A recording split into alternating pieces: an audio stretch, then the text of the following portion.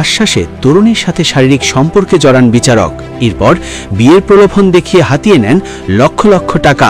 রক্ষক যখন ভক্ষকের ভূমিকায় অবতীর্ণ হন, তখন সাধারণ মানুষ বিচারের আশায় কোথায় যাবে?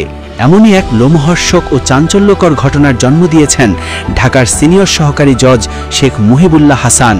প্রেমের ফাঁদে ফেলে এক নারীর সম্ভ্রম হরণ, চাপে ফেলে অর্থ আত্মসাৎ এবং শেষমেশ মাত্র ১০০ টাকা দেনমোহরে নামমাত্র বিয়ে করে পালিয়ে যাওয়ার মতো গুরুতর অভিযোগ উঠেছে বিচার বিভাগের এই কর্মকর্তার বিরুদ্ধে।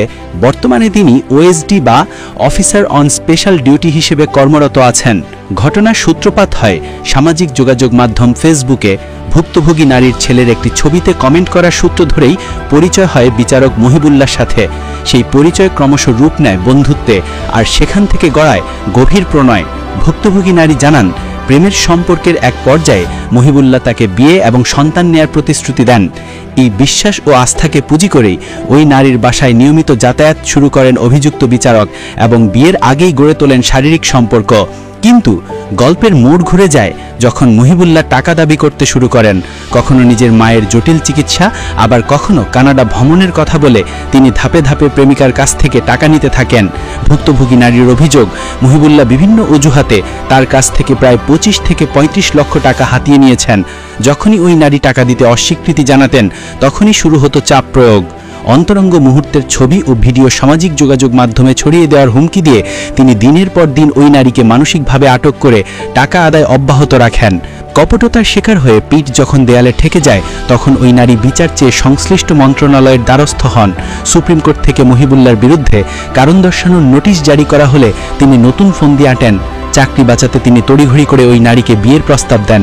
এরপর ২০২৫ সালের ২৫শে জানুয়ারি এক অদ্ভুত ও নজিরবিহীন বিয়ের নাটক মঞ্চস্থ হয়। ভুক্তভোগীর অভিযোগ, তাকে বিয়ের আসরে এক প্রকার আটক করে কাবিননামায় জোরপূর্বক তথ্য পরিবর্তন করানো হয়। ওই নারী পূর্বে বিবাহিত ও তালাকপ্রাপ্ত হওয়া সত্ত্বেও বিচারক মুহিবুল্লাহ জোর করে কাবিননামায় তালাকপ্রাপ্ত শব্দ কেটে কুমারী লিখতে বাধ্য করেন। আর সবচেয়ে বিস্ময়কর বিষয় হল, বিয়ের দেনমোহর ধার্য করা হয় মাত্র ১০০ টাকা। বিয়ের আনুষ্ঠানিকতা শেষ হওয়ার মাত্র ১০ মিনিটের মাথায় নিজের মায়ের অসুস্থতার নাটক সাজিয়ে মুহিবুল্লাহ ঘটনাস্থল ত্যাগ করেন। সাথে ছিলেন বোরকা পরা এক নারী, যাকে তিনি মা হিসেবে পরিচয় দিলেও ভুক্তভোগীর সন্দেহ ওই নারী তার মা ছিলেন না। বিয়ের পর থেকেই মুহিবুল্লাহ ফের যোগাযোগ বিচ্ছিন্ন করে দেন। উল্টো এখন মামলা তুলে নেওয়ার জন্য ওই নারীকে প্রাণনাশের হুমকি দেওয়া হচ্ছে। ভুক্তভোগী নারী জানান, বিচারক এবং তার অফিসের এক নারী সহকর্মী মিলে তাকে প্রতিনিয়ত ফোনে ও মেসেজে হয়রানি করে যাচ্ছেন।